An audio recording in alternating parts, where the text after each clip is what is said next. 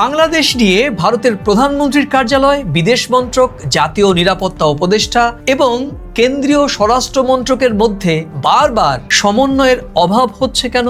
আরো কঠিন প্রশ্ন, সেটি কি দিল্লির নাকের ডগা দিয়ে 2024 সালের 5 আগস্ট বাংলাদেশের রাজনৈতিক পটভূমি পরিবর্তন হয়ে গেল, অথচ ভারত সরকার তার আগাম কোনো আঁচই করতে পারল না কেন? প্রশ্নগুলি হালকা নয় প্রিয় দর্শক, কারণ এগুলি বাংলাদেশের কোনো ভারত বিরোধী নেতার মুখ থেকে আসেনি, বরং ভারতের নীতি নির্ধারকদের দিকেই এবার আঙুল উঠছে ভারতের ভেতর থেকেই। শেখ হাসিনাকে আশ্রয় দেয়া এক বিষয়, কিন্তু ভারতের মাটিতে বসে তাকে বাংলাদেশের বর্তমান সরকার নিয়ে রাজনৈতিক বক্তব্য রাখতে দেয়া কি অন্য বিষয় নয়? আর এই একটি ঘটনাকেই কি আটকে দিল তারেক রহমানের দিল্লি সফর? আজ 3টি প্রশ্নের উত্তর খুঁজে আনার চেষ্টা করব। শেখ হাসিনার সাংবাদিক সম্মেলনের পরে দিল্লি কেন নতুন করে চাপে পড়ল? তারেক রহমানের ভারত সফর কি সত্যি আটকে গিয়েছে? এবং ভারতের অন্দর থেকেই কি এবার বাংলাদেশের প্রশ্নে হাসিনা নীতি বদলের দাবি উঠছে? কিন্তু আসল মোড়টি রয়েছে অন্য জায়গায়। সেটি কি? যে অভিযোগ এতদিন ঢাকা থেকে উঠছিল, সেই একই প্রশ্ন এবার ভারতের সংবাদ মাধ্যম তুলতে শুরু করেছে। প্রিয় দর্শক, আপনারা দেখছেন প্রথম কলকাতা, প্রথম কলকাতার বিশ্লেষণ ভিত্তিক অনুষ্ঠান প্রাসঙ্গিক প্রসঙ্গে প্রতিদিনকার মতো আমি সুব্রত আচার্য। চলুন তাহলে আজকের বিশ্লেষণ শুরু করা যাক। এবার নামটি বলছি। 18 আগস্ট আনন্দবাজার পত্রিকার প্রিন্ট সংস্করণে একটি কূটনৈতিক প্রতিবেদন প্রকাশিত হয়েছে। সেটি কি? শিরোনাম, সময়ের অভাবে কি তারেকের সফর পণ্ড? এই প্রতিবেদনেই প্রশ্ন তোলা হয়েছে বাংলাদেশ নিয়ে দিল্লির গুরুত্বপূর্ণ দপ্তরগুলির মধ্যে বারবার সমন্বয়ের অভাব বা মতের অমিল হচ্ছে কেন? আনন্দবাজার পত্রিকা আরো লিখেছে, দিল্লির নাকের ডগা দিয়ে ঢাকার রাজনৈতিক পট পরিবর্তন হয়ে গেলেও কেন্দ্র তার আগাম আঁচ পায়নি। শুধু আনন্দবাজার পত্রিকা নয় প্রিয় দর্শক, সম্প্রতি ইন্ডিয়ান এক্সপ্রেস এবং টাইমস অফ ইন্ডিয়ার মতো ভারতীয় সংবাদ মাধ্যমেও শেখ হাসিনাকে নিয়ে দিল্লির অবস্থান এবং তার কূটনৈতিক ফল নিয়ে প্রশ্ন তুলতে শুরু করেছে। অর্থাৎ বিষয়টি শুধু বাংলাদেশের অভিযোগে আটকে নেই প্রিয় দর্শক, ভারতের সংবাদ মাধ্যমও এবার সুর চড়াচ্ছে। ঠিক কি ঘটেছিল? আনন্দবাজারের দাবি, 21 আগস্ট তারেক রহমানের নয়াদিল্লি সফরের সম্ভাবনা ধরে প্রস্তুতি চূড়ান্ত হয়েছিল, কিন্তু 5 আগস্ট দিল্লিতে শেখ হাসিনার সাংবাদিক সম্মেলনের পর হিসেব বদলে যায়। পত্রিকাটির ভাষায়, হাসিনার সাংবাদিক সম্মেলন পুরো খেলাটাই ঘুরিয়ে দিয়েছে। 17 আগস্ট ইন্ডিয়ান এক্সপ্রেসও জানিয়েছে, দিল্লি 21 আগস্টের সম্ভাব্য তারিখ প্রস্তাব করেছিল, কিন্তু হাসিনার সাংবাদিক সম্মেলনের পর ঢাকা ভারতের কাছে স্পষ্ট জবাব চেয়েছে। বাংলাদেশের বিদেশ মন্ত্রক জানিয়েছে, তারেক রহমানের সফর নিয়ে কয়েক সপ্তাহ ধরেই দুই দেশের কর্মকর্তাদের মধ্যে কথা চালাচালি চলছিল, কিন্তু শেখ হাসিনা প্রকাশ্য সাংবাদিক সম্মেলনে সেই প্রক্রিয়া ক্ষতিগ্রস্ত করেছে। ঢাকা শেখ হাসিনা এবং শরীফ ওসমান হাদি হত্যা মামলার অভিযুক্তদের ফেরানোর দাবি তুলেছে। অন্যদিকে ভারত জানিয়েছে, হাসিনার সাংবাদিক সম্মেলন আয়োজনের সঙ্গে ভারত সরকারের কোনো সম্পর্ক ছিল না এবং সেখানে তিনি যা বলেছেন ভারত সরকার তা সমর্থনও করে না। এখন ছবিটা দেখুন প্রিয় দর্শক, ঢাকা বলছে এই ঘটনায় সম্পর্কের পরিবেশ নষ্ট হয়েছে, আর দিল্লি বলছে অনুষ্ঠানটি সরকারের ছিল না। কিন্তু তাতে কি ঢাকার ক্ষোভ কমেছে? একেবারেই নয়। হাসিনা কাটা নিয়ে বরাবরই প্রশ্ন তুলে আসছে প্রথম কলকাতা। প্রিয় দর্শক, প্রথম কলকাতা কিন্তু শুরু থেকেই একটি কথা বলে আসছে, শেখ হাসিনাকে ভারতের আশ্রয় দেয়া এবং ভারতের মাটিতে বসে তাকে বাংলাদেশের রাজনীতিতে সক্রিয় হতে দেয়া এক বিষয় নয়। প্রাসঙ্গিক প্রসঙ্গ, এর আগে একটি পর্বে আমাদের বিশ্লেষণ ছিল দায় এড়িয়েও প্রশ্নের মুখে ভারত, দিল্লিতে হাসিনার রাজনৈতিক বার্তা। ভিডিওর লিংক এই ভিডিওর বর্ণনায় থাকবে।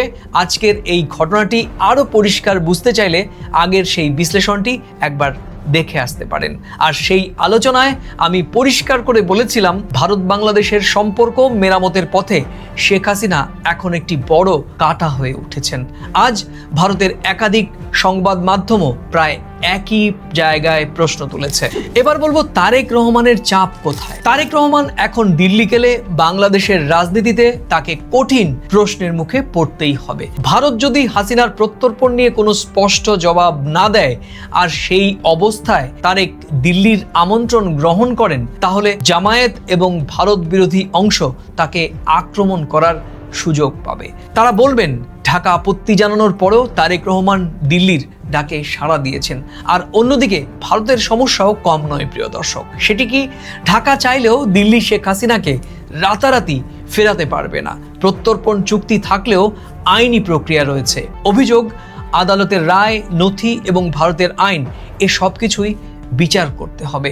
ঢাকা দ্রুত পদক্ষেপ চাইছে আর অন্যদিকে দিল্লি চাইছে সময়। আর ঠিক এই অবস্থায় 21শে আগস্টের সফর আয়োজন সত্যি কঠিন। তবে এখনো সফর বাতিল হয়েছে এমন কোনো সরকারি তথ্য প্রকাশ্যে আসেনি। এবার চলুন দেখে নেওয়া যাক দিল্লির অন্দরের হিসেবটা কি। ভারত তারেক রহমানকে দিল্লিতে আনতে চাইছে। প্রধানমন্ত্রী নরেন্দ্র মোদীর সঙ্গে তার সরাসরি আলোচনা হোক, এটিও দিল্লির প্রয়োজন। 18 আগস্ট ঢাকায় ভারতের হাই কমিশনার দীনেশ ত্রিবেদী বলেছেন, আলোচনার মাধ্যমেই সমস্যার সমাধান হতে পারে। তিনি আশা প্রকাশ করেছিলেন তারেক রহমান শীঘ্রই ভারত সফর করবেন, অর্থাৎ দিল্লি দরজা বন্ধ করছে না। কিন্তু সমস্যা হলো বিশ্বাসের। ভারত একদিকে বিএনপি সরকারের সঙ্গে সুসম্পর্ক তৈরি করতে চাইছে, আর অন্যদিকে ভারতের মাটিতে হাসিনার রাজনৈতিক তৎপরতা ঢাকার সন্দেহ বাড়িয়েছে। দুই নৌকায় পা রেখে এই সম্পর্ক বেশি দিন চালানো কঠিন প্রিয় দর্শক। অবশ্য এর মধ্যে বিপরীত যুক্তিও রয়েছে। সেটি কি? কেউ বলতেই পারেন একটি সাংবাদিক সম্মেলনের কারণে দুই দেশের প্রধানমন্ত্রীর বৈঠক আটকে রাখা ঠিক নয়। ভারত ও বাংলাদেশের মধ্যে বাণিজ্য, সীমান্ত, নিরাপত্তা, বিদ্যুৎ, যোগাযোগ এবং জল বন্টনের মতো বড় বিষয় রয়েছে। আলোচনা বন্ধ হলে ক্ষতি হবে দুই দেশেরই। এই যুক্তিও একেবারে অগ্রাহ্য করার কোনো উপায় নেই। কিন্তু কূটনীতিতে শুধু নিজের উদ্দেশ্য দেখলেই চলবে না প্রিয় দর্শক।